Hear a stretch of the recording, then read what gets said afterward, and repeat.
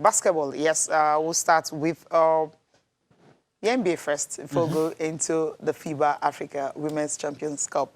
Starting with the NBA, we'll just take a look at the results from the night. I know Femi is smiling because there are some results you'll be like, who is struggling to actually take last? More like it. That kind of result is coming in here. But the Lakers and the Magic, LeBron James, triple-double for him. They got the better of the Magic. They're still leading when it comes to the Western Conference, 96-87. Receiving booze? Yes, and yeah, it's going to happen. Yeah, he's a former Orlando Magic. Of course, so yeah. So it's only natural. They should move on. Well, they should move on.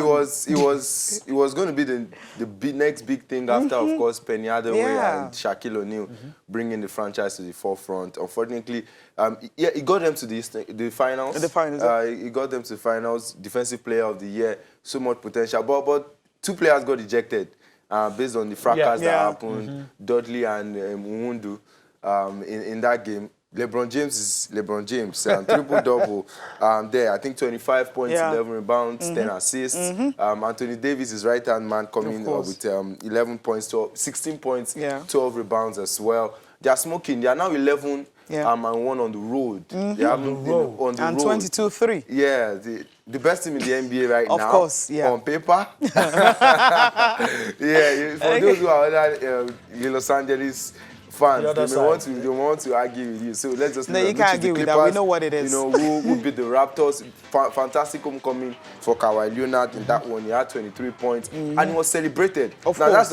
That's he got them a ring of what Dwight got them a ring. So you know what that means? They may never get that anytime soon. And they've announced that once he retires, officially they are going to also retire his jersey out there in Toronto. So beautiful. Pascal Siakam has been fantastic for the Raptors. That must be said.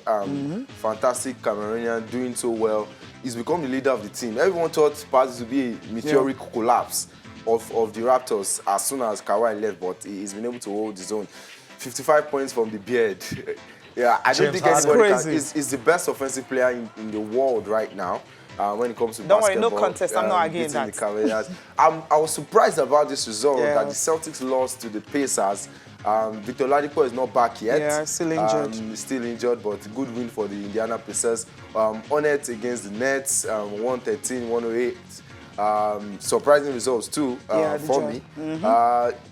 Big win for the Utah Jazz, 127-116. I think that team is one team people are sleeping on, and I think they are very, very good. Woo, this one was cheering. The Bulls finally getting some wins. You would expect them to beat the Atlanta Hawks anyway. Of course, even though Trae Young seems to be like in a desert. It's just all by himself. Yeah, playing so well for Atlanta Hawks every other night. But they are not just getting the results out there. The Memphis Grizzlies with Ja Morant doing well too, 115-108. Pelicans against the Bucks. Giannis Antetokounmpo, most valuable player of the league. That must be said, and he has lived up to it. Even though it seems like LeBron James is the one getting all the headlines for the right reasons, Giannis is doing an awesome job there. And this game he was even missing, but then they still won. Losing by 1, Kings. Oof. And the battle of the worst team. He had to drag on to overtime. Before this game, I'm like, okay, when I was monitoring the game, before the game, like, okay, Warriors, I mean, they've won 5, Knicks have won 4 this season. So I'm sure Knicks were looking at the table and I was like, okay, we can actually be at par with these guys. And so, at the end of the day, they won. I'm like, what's happening? So both have won same numbers of games. The sudden collapse of Warriors. It's amazing. They still have Draymond Green still in the team.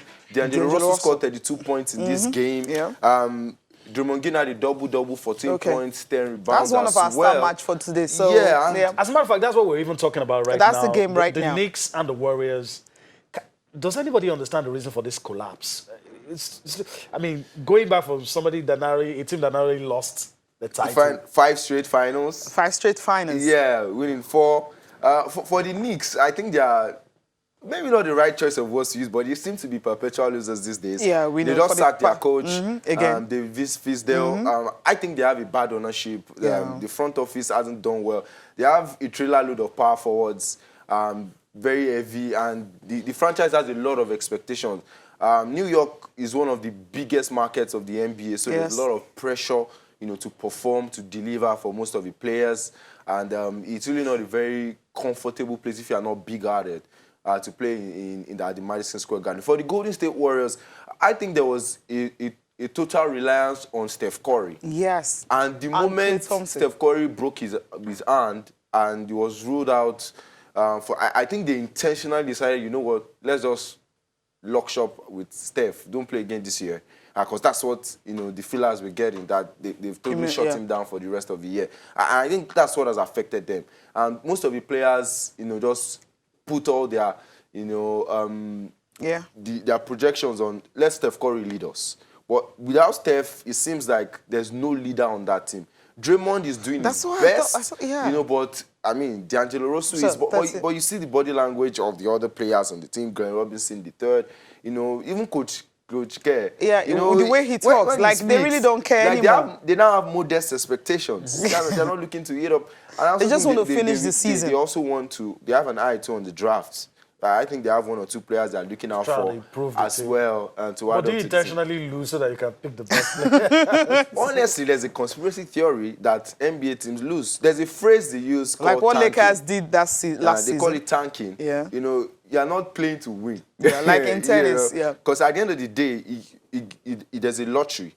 And the lottery gives you an higher opportunity of getting the best next talent. In the league. So yes, sometimes some of these teams actually do, and it's been a concern for the NBA because once you already know you can't be a title contender, the next thing is to get, what's there to play for? Play for the best talent. So it's like you're playing for the championship in reverse. So you get the opportunity to pick it there. But it's really sad what's happened to the Golden State Warriors. I think for them to be bottom of the league right now is shocking. It's not just bottom. They won 5 games. They just moved into a very awesome arena, invested so much moving to San Francisco, then at the Chase Center. You would expect could it just be about the movement or something? Still be fighting. But I know they'll come good. Let's not forget, they still have the Splash Brothers somewhere in reserve.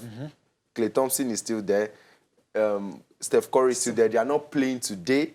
That doesn't mean they won't play. They won't play again. So maybe for now. So let's wait for next season for Warriors, right? Yeah, okay, hibernating. I love that word. That's the word I've been looking for. I hear that phrase a lot in football. Let's wait for that. That's what is happening to basketball right now. Golden State Warriors.